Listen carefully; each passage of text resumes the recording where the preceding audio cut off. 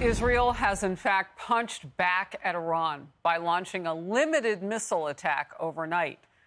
And so today we are spending so much time trying to figure out what is next. And we will watch things closely. It is nightfall in that part of the world already. President Biden reportedly had told Israel to take the win. We've been reporting that for days after Iran last Saturday targeted the Jewish state with missiles and drones. So is this back and forth now between those nations leading the Middle East into a wider war? And how would it affect us? Senate Republicans are accusing the White House of being too soft on crime by Iran, you might say.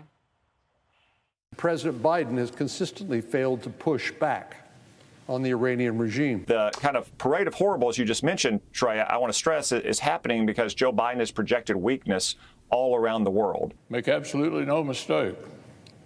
Iran is not deterred. It is actually emboldened.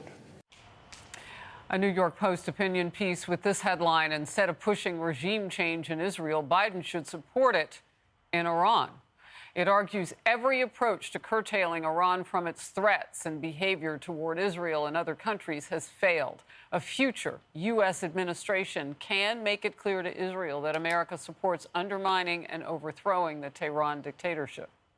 Republican Iowa Senator and Army combat veteran Joni Ernst. Senator, thank you for being on the program today.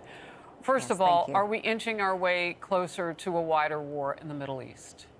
Well, that is not a foregone conclusion, Harris. And what we do know is that Israel, when they were attacked over the weekend by Iran, saw the response from a number of other Arab countries that actually stepped up to defend their own airspace and Israel's interests. So I am with Israel. I am thankful that they did go ahead and strike Iran. They retaliated just as they should.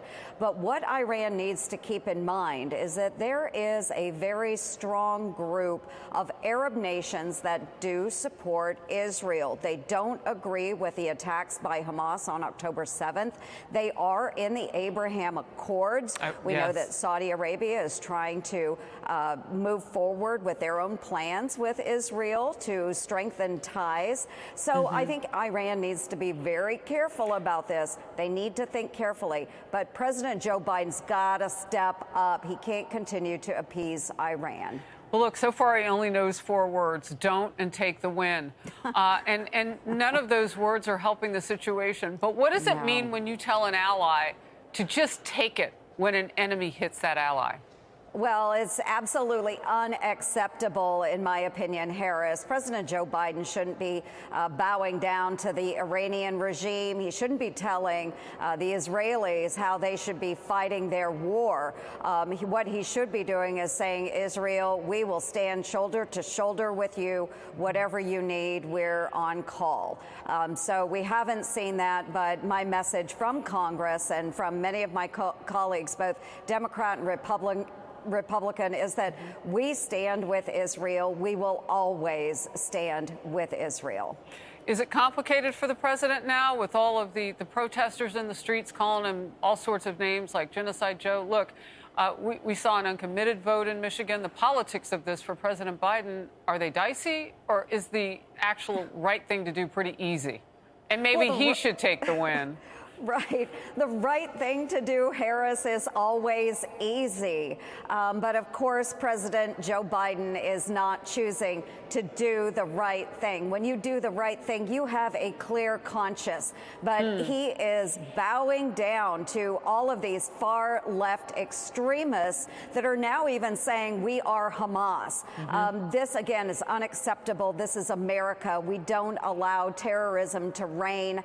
Joe Biden has got to step up. The problem is he is so weak. He is weak on the world stage, and now we see exactly what we as Republicans have known for a very long time, is that he is also weak domestically.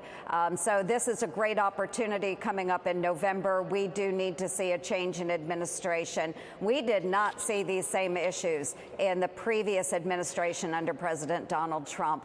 We need a strong leader right now. Joe Biden doesn't fit the bill. Well, you mentioned the Abraham Accords. They didn't happen under Biden. They happened under Trump. Exactly. It's been one of the few things, though, Biden hasn't touched. We'll see what happens. U.S. Border Patrol reports more than 9,600 criminal arrests at the southern border since October 1st. More than 270 have been tied to international gangs. Look at that. The FBI director said they are closely tracking a particular Venezuelan gang. Let's watch that. What is the FBI doing to combat the rise in transnational criminal organizations, specifically the Venezuelan gang Tren de Agua, TDA? So we're certainly tracking that particular gang, TDA, as we would refer to it. We have Safe Streets Violent Gang Task Forces in all 56 of our field offices. The so-called TDA gang is linked to the suspected killer of Georgia nursing student Laken Riley. Missouri Senator Josh Hawley grilled DHS Secretary Mayorkas Jose Ibarra, a Venezuelan national who was out on patrol at the time. He was asking Mayorkas about that suspect. You know what he did? I know what he's accused of doing. Which is? Murdering a young woman. And that wasn't the first crime that he committed in this country, was it? Senator, as I've articulated previously, I'm not going to speak about the facts of the case, but I will not speak to the particulars of the case, given the pending criminal prosecution. Yeah, well, I'm sure. Well, you certainly, of course you don't want to, because it is an absolutely damning indictment of your policies. Okay, just a moment on Ibarra. He's one of several illegal immigrants who police recently charged with violent crimes in the United States. An op-ed with this headline, "Every death caused by an illegal is easily preventable." We're scrolling them now. Senator. Beyond failures in this administration. And what we saw demonstrated by the lack of a trial this week with the impeachment articles of Secretary Mayorkas being dismissed by the Democratic leader, Chuck Schumer, it tells me that not only is the Biden administration failing, but they are also pushing this on the Democrats in the Senate just to ignore any facts that might be relevant to our southern border and any sort of criminality that is occurring because of the illegals streaming into the United States. We have an issue with fentanyl. We have an issue with these foreign terrorists and foreign gangs, but they refuse to do anything about it. Why wouldn't they want us to know, though? I mean, we American citizens are outnumbered at this point at the border with people coming through. We aren't even able to vet the ones we want to vet, and then you've got more than 1 million who have sneaked in. Absolutely, Harris. And this is an embarrassment to the Democrats. And of course, it is an election year. And they do not want to have to respond to any of the evidence that was brought forward from those impeachment articles into a trial in the United States Senate. So effectively, what Leader Schumer and the Democrats did is say, you know what, we don't have to do our constitutional duty. We're going to pretend this crisis doesn't exist. Senator Joni Ernst from the great state of Iowa, thank you very much for your time. Oh, thank you, Harris.